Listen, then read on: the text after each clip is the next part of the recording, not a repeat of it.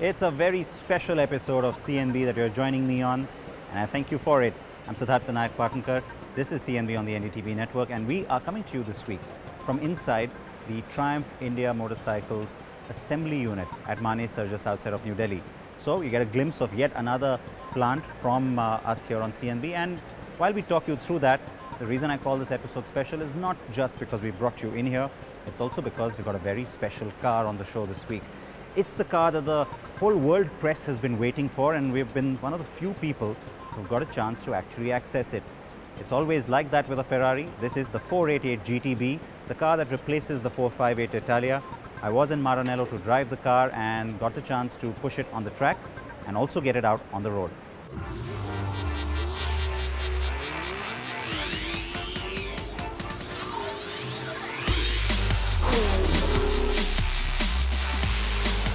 It is not often one gets the chance to live his dream.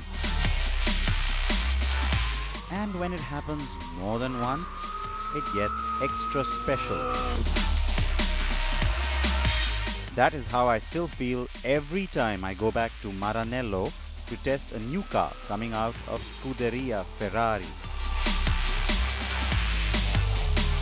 Goosebumps all over, every time. It's been exactly 40 years since Ferrari made its first mid-rear engined V8 BERLINETTA. That was the 308 GTB. And now you've got this car coming into the market, and it carries quite a legacy. There have been some big models along the way, but with this particular car, the company begins a new innings.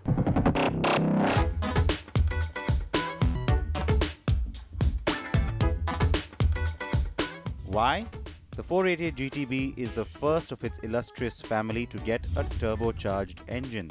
And while many purists have been immediate and vocal with their disapproval, I am willing to give this car a fair chance. You saw it with the 360 Modena and the F430, and it's a similar case with this car and the 458. Styling similarities, so much so that you might think that, hey, is this just an upgrade? Well, it's not, I can assure you. And in fact, the company officials here have told me that the car doesn't share 85% of its parts with the 458. That's right, almost all of it is all new.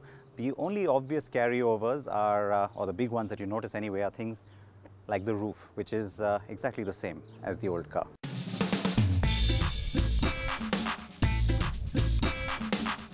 The most significant changes have been carried out to specifically increase aerodynamics, like the door handles for instance, and to increase downforce.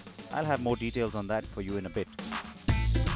Inside, you get a more minimalist cabin, which you can customize and personalize to your heart's content with colors, stitching, and materials that you fancy. The lower dash, finished in red leather, is striking, as is all the carbon fiber trim on the dash, door panels, and central console that runs all the way between the seats. The F1 steering still houses all the controls, including indicators and Ferrari's now famous Manettino that allows you to change the car's driving character. The car also features keyless entry and start.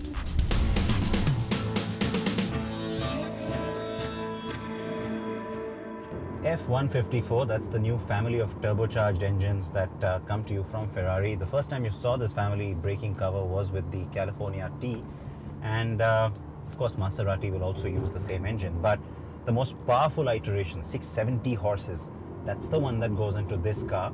And remember that there's been so much said about the fact that Ferrari has tried to go into the turbocharged space, has left naturally aspirated behind. But the interesting thing is that when you speak to the engineers here at Ferrari, the number one goal while developing this new engine family was to make sure that the character of the engine is very naturally aspirated like.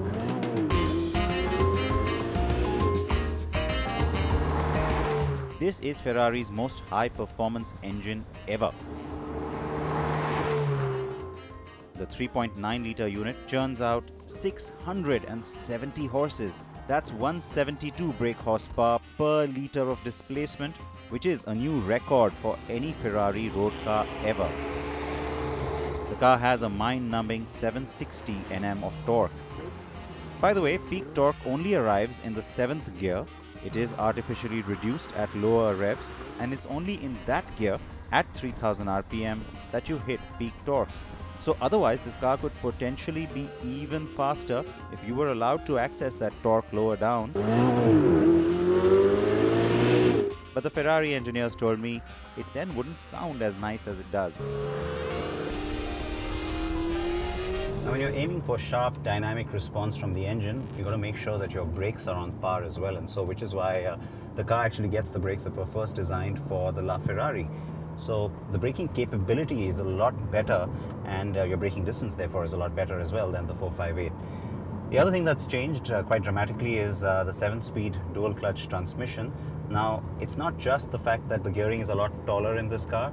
All 7 gears were actually redesigned simply to take on that new turbo system and just make the overall response that much more effective, and make the overall gear changes, both downshifts and upshifts, a lot faster.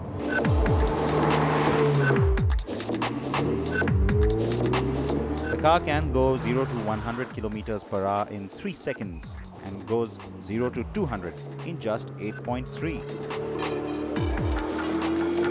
That is blisteringly fast. On the curving mountain roads around the Emilia-Romagna countryside, you get a great sense of how roadworthy this car is. It is extremely quick, precise, and yet comfortable. Never once overwhelming you to the point that you feel you can't control this steed. And therefore, it's perfect for everyday use and much longer drives too. As we drive around the beautiful countryside just outside of Bologna and Maranello, the one thing that always amazes me every time I come to this part of the world and get into a car from the Prancing Horse stable, the kind of respect you get from other motorists. It's not just the awe around the brand, it's just not the fact that people are going to turn around and say, hey, look, there goes a Ferrari. They kind of move aside, they make space for you, they'll always, kind of wave out to you. That's nice. They feel proud about the fact that this car comes from this region, and it really shows.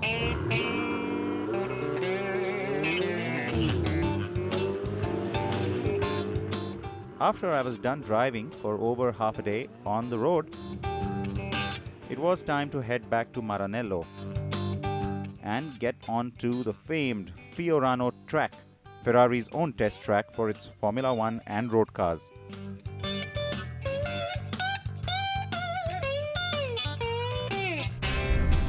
I was told in 2005 that I was the first Indian journalist to drive on this track, so coming back here always brings back happy memories.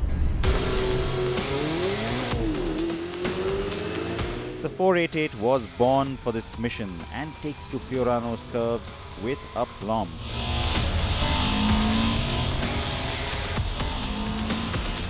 On the straight is when you can belt it and feel its true power coming through, and also its high speeds. Product development at Ferrari always takes in a lot of inputs from Formula 1, of course, but what's more interesting to me this time around is how much makes its way into cars like the 488 from other track-only or even road cars. On the 488, you get brakes from the Ferrari, the quicker steering rack from the 458 Speciale, and an even better iteration of the Speciale's SSC1. The SSC is the side slip control, and it's now called SSC2 in the 488, and while it acts via an electronically controlled limited slip differential, it's now less invasive. It also integrates with the car's F1 track and EDIF and controls the active dampers so that the car retains its poise even as you try and throw all caution to the wind. Exhilarating? Yes!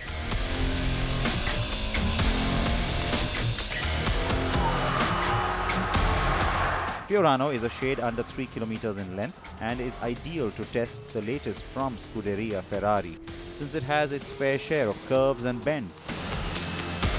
I had the car's manettino set to CT off, which means the car actually grants a lot of the control over to you. It is very generous in allowing you to slide about and yet snaps back to the intended line of travel with immediate alacrity. The chassis is very forgiving and you get no sense of understeer. And this is where the turbo makes a difference, I feel. The slight lag and the extra dose of torque give you a more graceful entry and exit on the oversteer. And that is when you realize why Ferrari engineers have toiled away on turbocharging this engine. The chassis is terrific and the car becomes easier to drive and yet keeps you on the edge of excitement without scaring the wits out of you.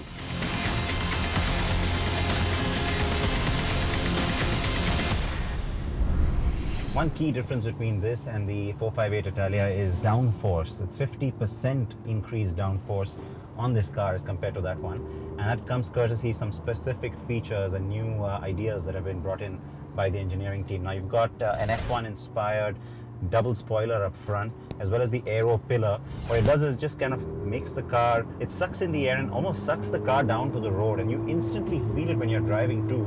The car just completely grabs the road, has terrific sense of control, and of course it's helped along by some of the features at the rear as well, including the blown spoiler at the back.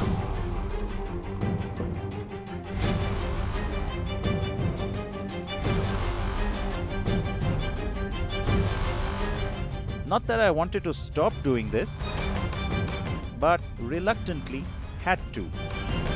And so I finally drove back into the pit lane after a cool down lap. It is never easy leaving a Ferrari behind. But this one has really impressed me, perhaps because it started out with a question mark hanging over its head. The turbocharged Ferrari V8 is a dream. The 488 GTB is a fun, precise and superbly engineered car that seems to do everything right.